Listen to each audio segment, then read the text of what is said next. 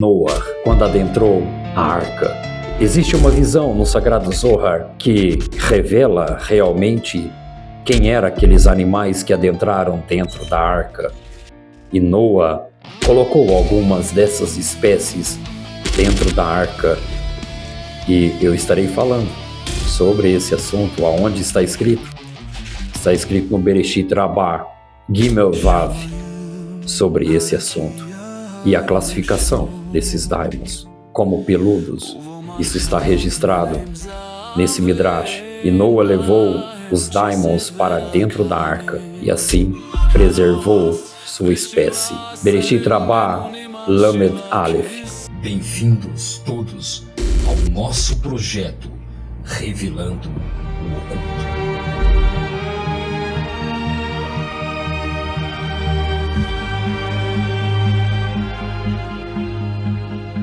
Olá, Shalom! Como vão todos? Bem-vindos novamente ao nosso projeto Revelando o Oculto. Para mim é sempre uma honra poder voltar aqui novamente, estar falando com todos vocês. E desde já eu peço para que você compartilhe, faça o seu comentário. Nas próximas aulas vamos falar um pouco sobre os daimons e o mal causado na humanidade. Quem é realmente o mal? Qual o seu surgimento? E aonde ele está infiltrado? E quais são as pessoas que desenvolvem essa característica maligna? O mal realmente existe? Ou é somente um equívoco pessoal? Ou são as nossas ações? Ou esse mal existe mesmo neste cosmo do universo? Nas aulas passadas falamos sobre as Kelipot e as ações negativas do homem através das suas distorções, perversões e as suas manipulações e as suas corrupções. E como funcionam essas engrenagens do mal? Aonde ela está inserida?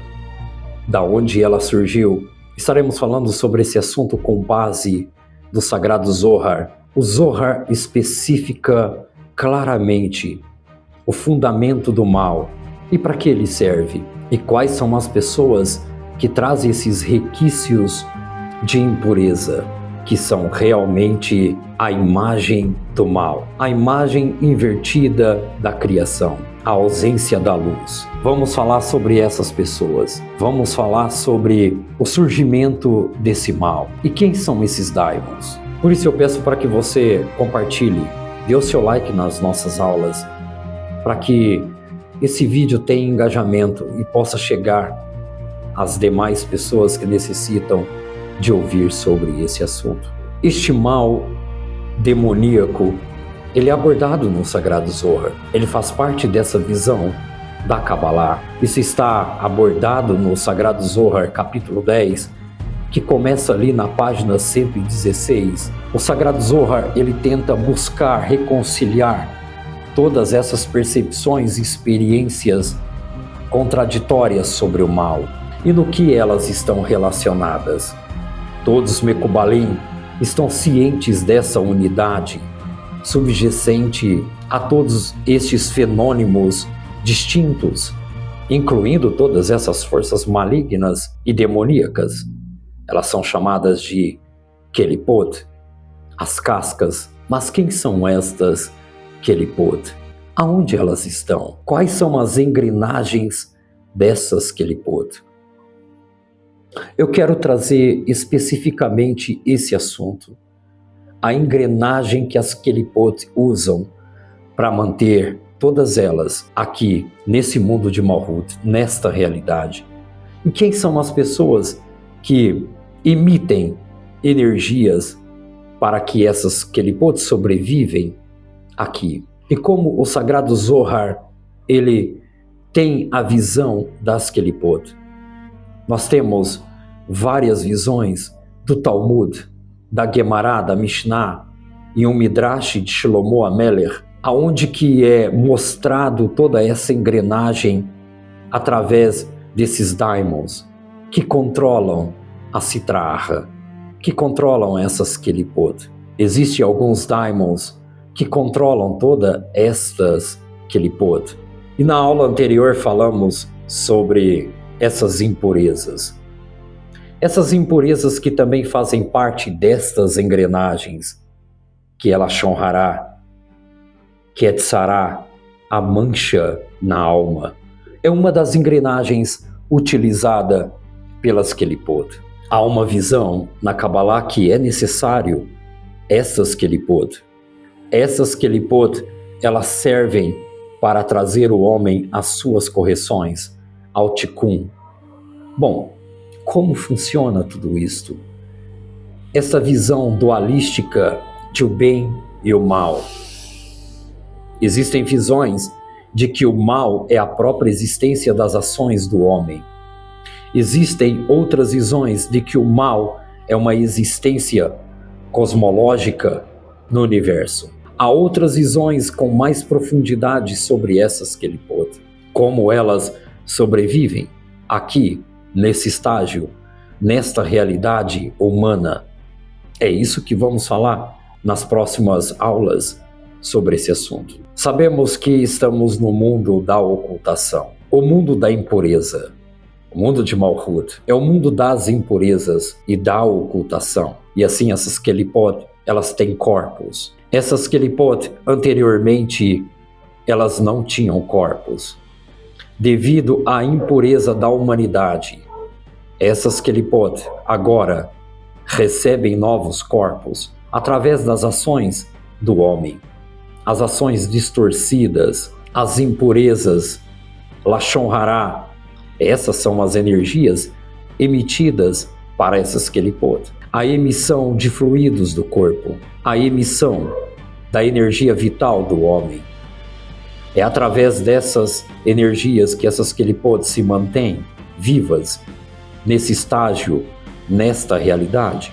Estas são as manifestações dessas Kelipot nesse grau físico. Neste mundo físico, essas Kelipot se manifestam como sendo forças que geram o mal, a engrenagem do mal. É necessário as religiões com essas conchas. É necessário essa distorção, essas corrupções para que haja essas Kelipot. E essas Kelipot, com essas corrupções, trazem toda a desordem, toda a separação do homem com Hashem. Mas é necessário essas Kelipot para que o homem venha a se purificar dessas impurezas. E todas elas são vistas como responsáveis por tudo aquilo que impede toda a harmonia do homem com a criação.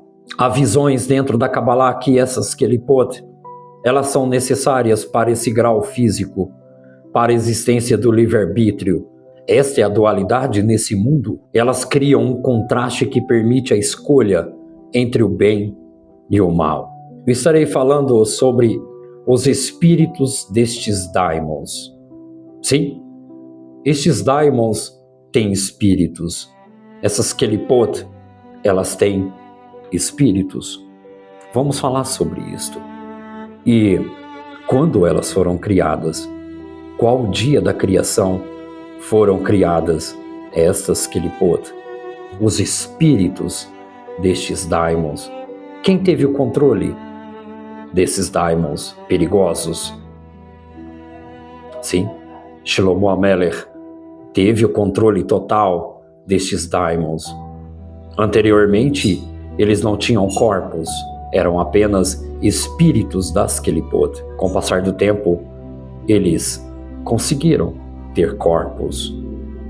Existem 4 coisas que foram alteradas de sua condição anterior no tempo de Enosh, filho de Sete. Ali está falando sobre a criação dessas Kelipot, sobre as montanhas duras como pedra e os cadáveres dos homens que começaram a apodrecer. Isso não acontecia antes. Daí surgiu essas Kelipot. Estarei falando também sobre Noah, quando adentrou a arca.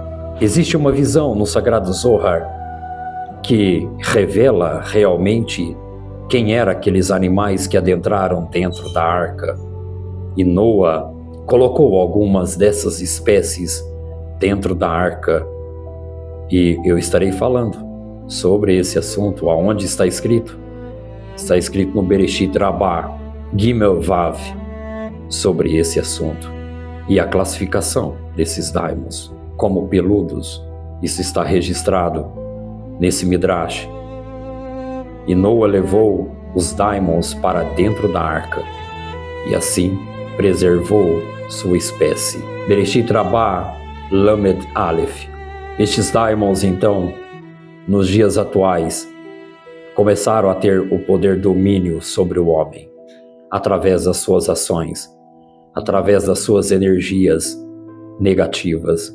Nessas próximas aulas eu estarei revelando quem são esses daimons e como proteger deles e como nos purificar para que não atraímos essas forças negativas. As pessoas mais propícias para adquirir esses daimons são as pessoas que contêm a ausência da luz. Por isso eu chamo todos vocês para essas próximas aulas sobre esses daimons e aonde eles estão e quais são suas engrenagens.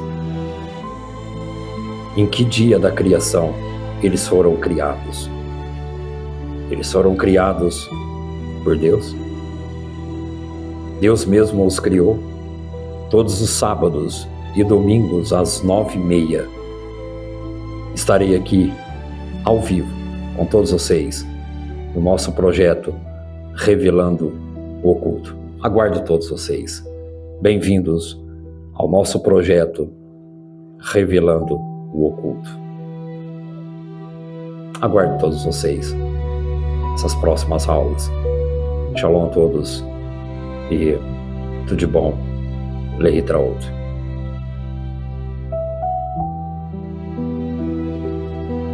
Você já se perguntou se a realidade é apenas o que seus olhos veem? E se os nomes mais sagrados da história escondessem um segredo final, uma chave para a união divina? Na Cabala, a gematria revela o poder numérico das palavras.